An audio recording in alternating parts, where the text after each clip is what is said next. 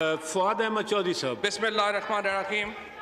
Sir, ये request जो है वो मेरी ये है कि अपोजिशन का जो इस वक्त बात हमने की, राजा परवेज़ अशरफ साहब ने कल जो बात की थी, उन्होंने कहा कि पीपल्स पार्टी ने मुल्क को आइन दिया है और आइन के तहत इसमें कोई शुबा नहीं है कि जिस तरह से जुल्फ़िकार अली ने की बड़ी कंट्रीब्यूशन है पाकिस्तान को आइन देने में, लेकिन आर्टिकल 53 जो है वो भी इसी आइन का हिस्सा है और आर्टिकल 53 जो है वो स्पीकर की कुर्सी की इज्जत और तकरीम की बात करता है। 1377 से जब से स्पीकर का ऑफिस फॉर्मलाइज हुआ है जनाब चेयरमैन, और ये ऑफिस वजूद में आया है, उसके बाद से एक ट्रेडिशन ये भी है कि स्पीकर के ऑफिस की, उसकी चेयर की उतनी ही तकरीम की जाती है जितनी खुद ऐवान की जाती है। और उसकी वजह है, अगर हम ऐवान के अंदर कोई डिसिप्लिन नहीं रखे, हर वक्त एक दूसरे के ऊपर हम चीखें चलाएंगे तो जाहिर है कि जो पार्लियामेंट का मकसद है वही ख़त्म हो जाता है। इसीलिए जो स्पीकर का ऑफिस है उसको हम एक इज़्ज़त और एहतराम देते हैं और यही जो 1973 का आइन है उसका आर्टिकल 53 जो है वो हमें बताता है। बदकिस्मती से बाज़ लोग जो फुटबॉल खेलते खेलते अचानक ऐवान में आ गए, उनको पता नहीं चलता कई बार कि क्या बात स्पीकर की करनी है, क्या नहीं करनी है, स्पीकर के ऑफिस की इज़्ज़त क्या है, तौकीर क्या है। और मैं ये समझता हूँ कि अगर हमने ऐवान के माहौल को, ऐवान का जो तकद्दुस है, जब हम उसकी बात करते हैं और अपोजिशन सबसे ज़्यादा ये बात करती है, तो फिर स्पीकर के जो चेयर है उसकी भी इज़्ज़त और तौकीर करनी चाहिए। अभी राजा साहब ने, राजा परवेज़ अशरफ साहब ने बात की कि PDM की तहरीक को कहा गया कि वो गैर आइनी है। नहीं, बिल्कुल गैर आइनी नहीं है। आपके एहतजाज का हक PDM को है। PDM का ये भी हक है कि वो हुकूमत के ऊपर तनकीद करे। PDM का या अपोजिशन का ये भी हक है कि वो बताए कि मुल्क में महंगाई हो गई है। आप ये भी बताएं कि दवाइयाँ महंगी हो गई हैं, उनको कैसे नीचे लाना चाहिए। आप ये भी ऑल्टरनेटिव अपनी पॉलिसी दे सकते हैं कि अगर गंदम और चीनी की कीमतों में इजाफा हुआ है तो वो कैसे उनको वापस जो है वो लाया जा सकता है। ये सारे आपके हक हैं। मसला कहाँ पर है? मसला ये है कि 3 जलसे हुए और उनमें 3 बयानिए सामने आए। पहला जलसा गुजरांवाला, फौज और अदलिया मुल्क के मफाद के खिलाफ काम कर रहे हैं। दूसरा जलसा कराची, फौज और अदलिया मुल्क के खिलाफ काम कर रहे हैं और उर्दू हमारी जुबान नहीं है। तीसरा जलसा कोयटा, फौज अदलिया पाकिस्तान के मुफाद के खिलाफ काम कर रहे हैं और हमें आज़ाद बलूचिस्तान चाहिए।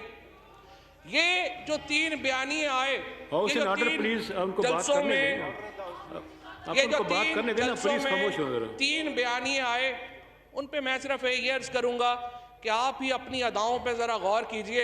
हम अगर अर्ज करेंगे तो शिकायत होगी। अच्छा, फिर अगर नवाज शरीफ साहब बात करें, वो तो फंसे हुए हैं, उनके तो पैसे फंसे हुए हैं, वो बात करे तो ठीक है, वो बात कर रहे हैं। और मकसद तो 8 केस हैं। 8 केस आज आप उसमें कर दें तो आज फौज भी बड़ी साफ सुथरी हो जाएगी, इमरान खान भी पाकिस्तान का बेस्ट लीडर हो जाएगा, ऐवान भी ज़बरदस्त हो जाएगा और पाकिस्तान की हुकूमत भी ज़बरदस्त हो जाएगी। आप 8 केसेस में नहीं करें तो आप सारी ख़राब है। अब मसला क्या है? हमारा गिला नवाज शरीफ साहब से तो है ही नहीं, वो तो फंसे हुए हैं, उनकी तरफ से यही बातें जो है होंगी भी तो कोई प्रॉब्लम नहीं होगा। लेकिन जैसे मार्टिन लूथर किंग ने कहा था, in the end we will remember not the words of our enemies but the silence of our friends.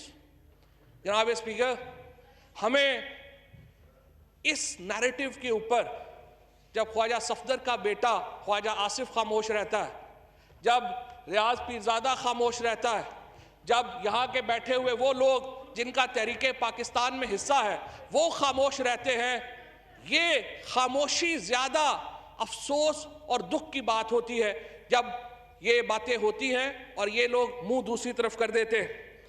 आप इख्तलाफ कीजिए, आप फौज के ऊपर आप पाकिस्तान की हुकूमत पर तनकीद कीजिए, आप पीटीआई के ऊपर तनकीद कीजिए, आप रियासत के ऊपर तनकीद ना कीजिए।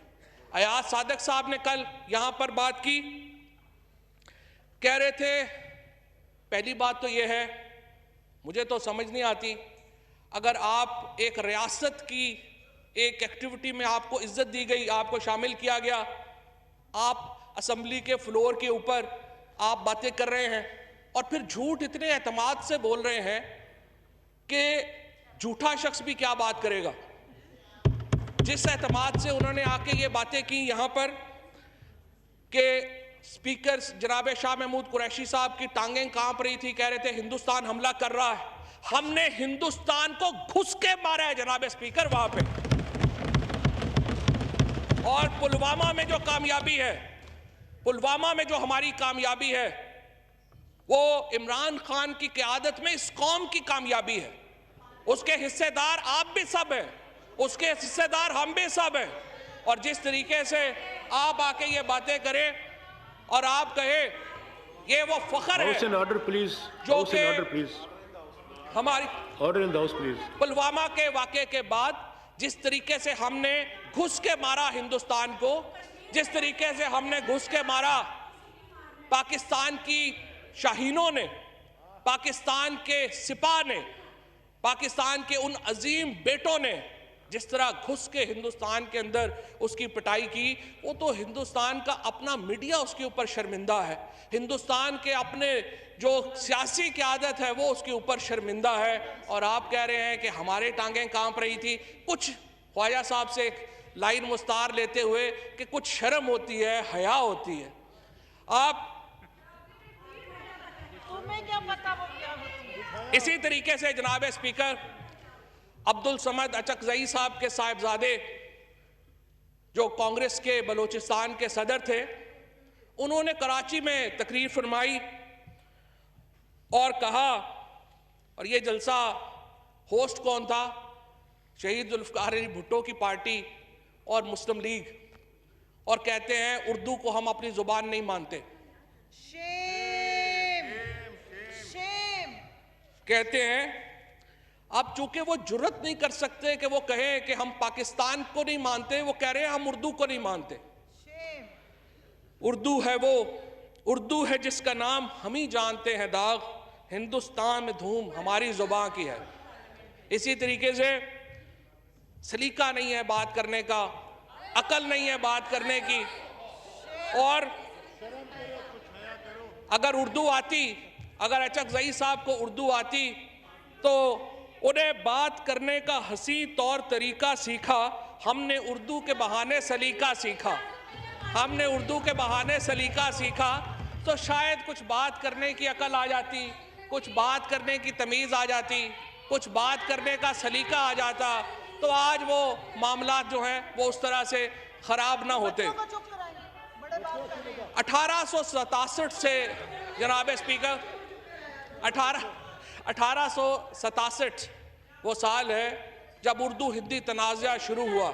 और वो लोग जो कि यहाँ हिंदुस्तान की तारीख़ को जानते हैं, ये तो बेचारे स्कूल से यहाँ पे आ गए हैं, इनको नहीं पता होगा, मैं बताता हूँ। 1867 में जब हिंदुस्तान के अंदर उर्दू हिंदी तनाज़ा शुरू हुआ था, उसके बाद उर्दू जो है और हिंदी उर्दू हिंदी तनाज़ा जो है वो दो कौमी नज़रिए की बुनियादों में शामिल है। और जब वो वहाँ पे कोई खड़ा होकर कहे कि मैं उर्दू को ज़ुबान नहीं मानता, वो कहे कि बाढ़ को उखाड़ दो और बाढ़ जो है वो हमारे मुफाद में नहीं है, तो वो फिर गिला हमारा उनसे नहीं है, गिला दोबारा हमारा उन दोस्तों से है जिनकी साइलेंस इस वक्त डेफनिंग है, जिनकी खामोशी इस वक्त वो बता रही है कि मामला किस कदर गंभीर है। इसी तरह से जनाब स्पीकर मैं और अर्ज करूंगा, इसको कंक्लूड फरमा लीजिए। जी कंक्लूड करता हूं जनाब स्पीकर। एक जो मामला है जिसमें जो PMLN एक ख़तरनाक, मैं दोबारा मैं ये बात, मैं कोई तनाज़े की बात नहीं करना चाहता सिर्फ, और यहाँ पे जो ज़्यादातर लोग बैठे हैं उनसे साथ फ्रैंकली कोई तनाज़ा है भी नहीं, क्योंकि हम जानते हैं कि उतनी मुहब्बत वतन है जितने बाकी कोई पाकिस्तानी है, जितने हम मुहब्बत वतन है, लेकिन बात करने का सलीका होना चाहिए। बार बार इनके स्टेज से बात आती है कि हम फ़ौज के जर्नैलों के साथ हैं, फौज के जर्नलों के खिलाफ हैं, फौज के जवानों के साथ हैं। ये बात आप करके किसका फायदा करना चाहते हैं? मुझे आप बताइए, क्या जब मेजर जनरल सनाउल्लाह नियाजी ने अपनी शहादत नहीं दी इस जंग में? मुझे आप बताइए, जनरल मसूद असलम का जवान बेटा यहाँ पे शहीद नहीं हुआ? कौन सा इस वक्त लेफ्टिनेंट जनरल है पाकिस्तान की फौज का, कौन सा इस वक्त मेजर जनरल है पाकिस्तान की फौज का, ब्रिगेडियर है, कर्नल है, कैप्टन है, जिसने अपना सीना अपने जवान के साथ पेश नहीं किया इस जंग में? ये तकसीम की बात आप ना करें। आप ये तकसीम की बात करके जब फिर आपके ऊपर जब गिला आता है, क्योंकि यही बात अजीत डोवल कर रहा है, यही बात हिंदुस्तान का वो जो इंटेलिजेंशिया, जो सिक्योरिटी एस्टेब्लिशमेंट का इंटेलिजेंशिया है, वो ये बात कर रहा है। मुझे यकीन है, मुझे यकीन है आप सब मोहब्बतन लोग हैं, मुझे यकीन है आप लोग, लेकिन कई दफ़ा नादानी में भी गलतियां हो जाती हैं। आप लोग अपनी सलीका बयान करें, अपनी गुफ्तगू का सलीका बयान करें। और दूसरी बात, आप इतने बड़े पहलवान नहीं हैं। आप जनवरी में क्या, जनवरी 2028 तक भी इमरान खान को कहीं नहीं भेज सकते। आप जोर लगाएं, जोर लगाना तो आपका हक है, आप जोर लगाइए। मैं सिर्फ ये कहता हूं कि आप गलियों में मारे मारे फिर रहे हैं, कभी इस गली, कभी उस गली, कभी तेरी गली, कभी मेरी गली। आप हमारे साथ बैठिए, इलेक्टोरल रिफॉर्म्स के ऊपर बात कीजिए, आप हमारे साथ बैठिए, मईशत के ऊपर बात कीजिए, आप हमारे साथ बैठिए, मुल्क की गवर्नेंस के ऊपर, मुल्क के मुस्तकबिल के ऊपर बात कीजिए। लेकिन अगर आप अपना मुद्दा 8 केसों के ऊपर रखेंगे तो फिर ना तेरी बात ना मेरी बात, आप भी जोर लगा ले, हम भी जोर लगा लेते। बहुत शुक्रिया, बहुत